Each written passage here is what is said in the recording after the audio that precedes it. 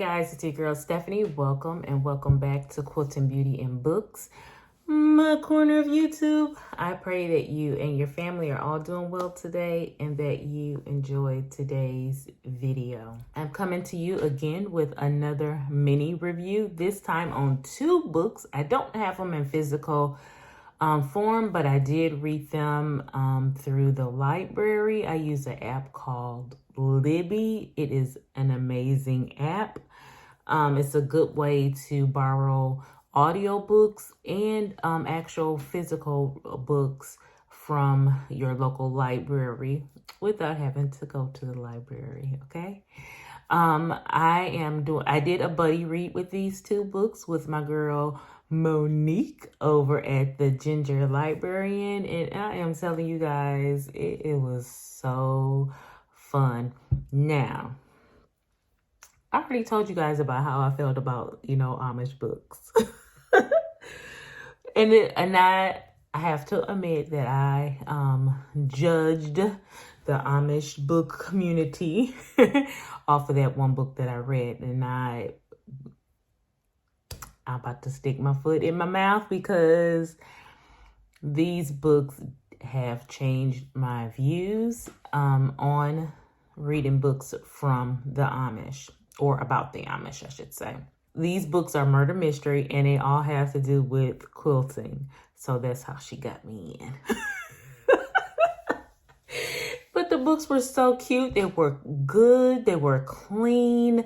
It was like a very simple stories and stuff like that. It was nothing like on my NCIS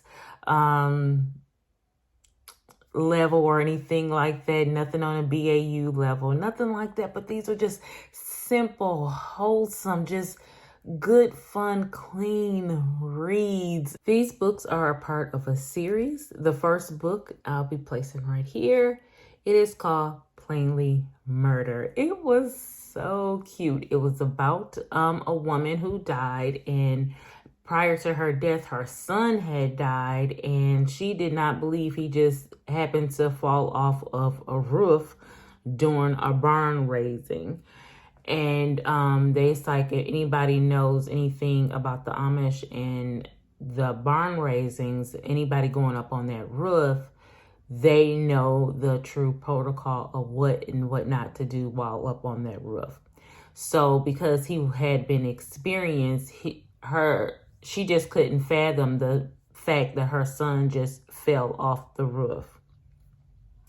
Well, her dying request was to give this quilt to her best friend, and for her best friend to go ask another woman about what happened to her son. Now, mind you, they were, talking about the woman, calling her crazy. She was just grieving, and she couldn't accept the fact that her son had died in an accident. And, her best friend, I think it was Evelyn, was the woman that died, and Eleanor, she was sickly. She was going through her own thing, and she's almost like, I hate to say, close to death herself. So her niece steps in and said, I will go ahead and, ask the questions and find out what happened to her son. Well, it took her on, now, the funny part about it is her name is Angie. The niece name is Angie. Angie is from a big city, Texas.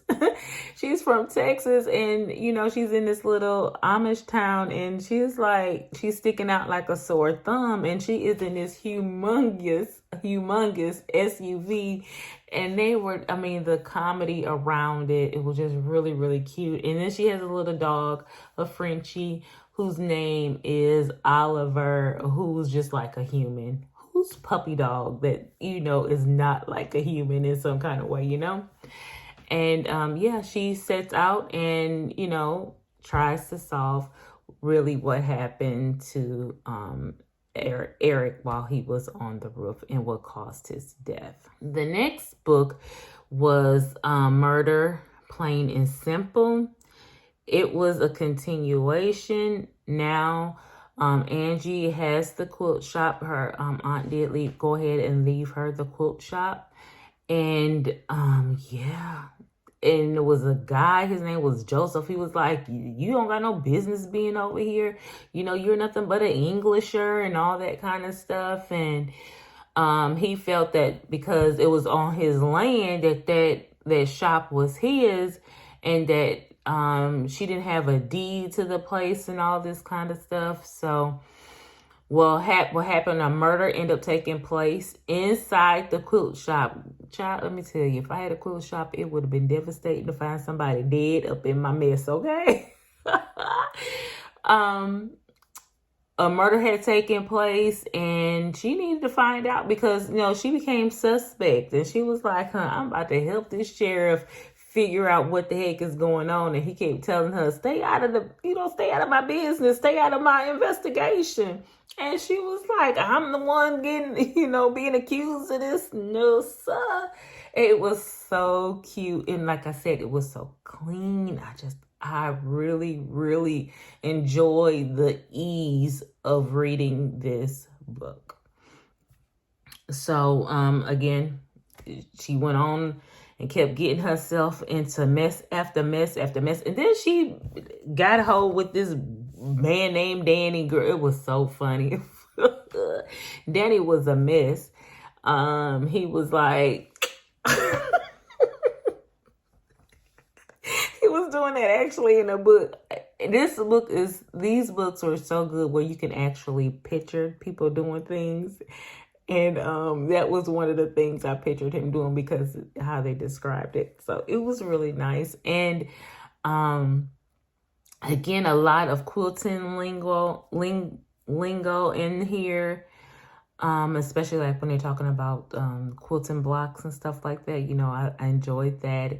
And one of the instruments that was used in the for the murder.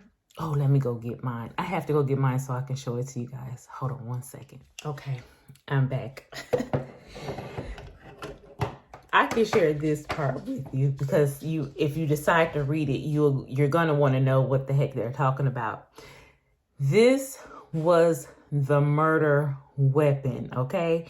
It is called a rotary cutter. This one is my 45 millimeter blade. They come in different forms. They come in ones that you can squeeze. My hands be getting old, child. So I don't want to be squeezing nothing. But this is the one I'm thinking that was used because the only thing you have to do is to expose. This is a very, very, very, very sharp blade, and you can slice a finger off, okay? Or dang near close to it. Many quilters have done it. I haven't done it yet, and I'm always sticking myself with the pins, but that's neither here nor there. But this is the blade. As you can see, it is very, very sharp.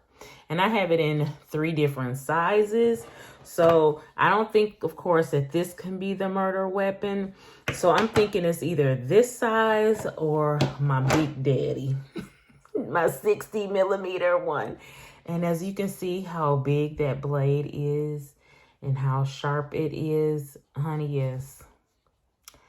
I can see this one right here definitely being the weapon of choice, okay?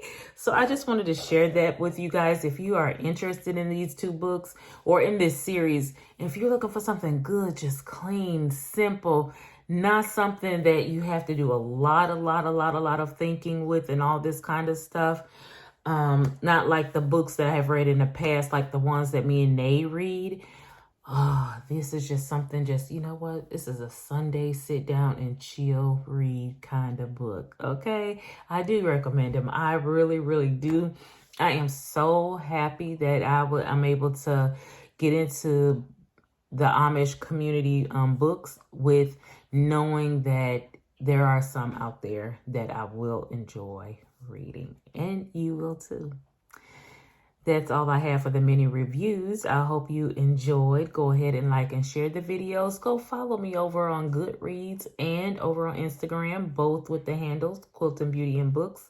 Until the next video, guys, be blessed. Bye.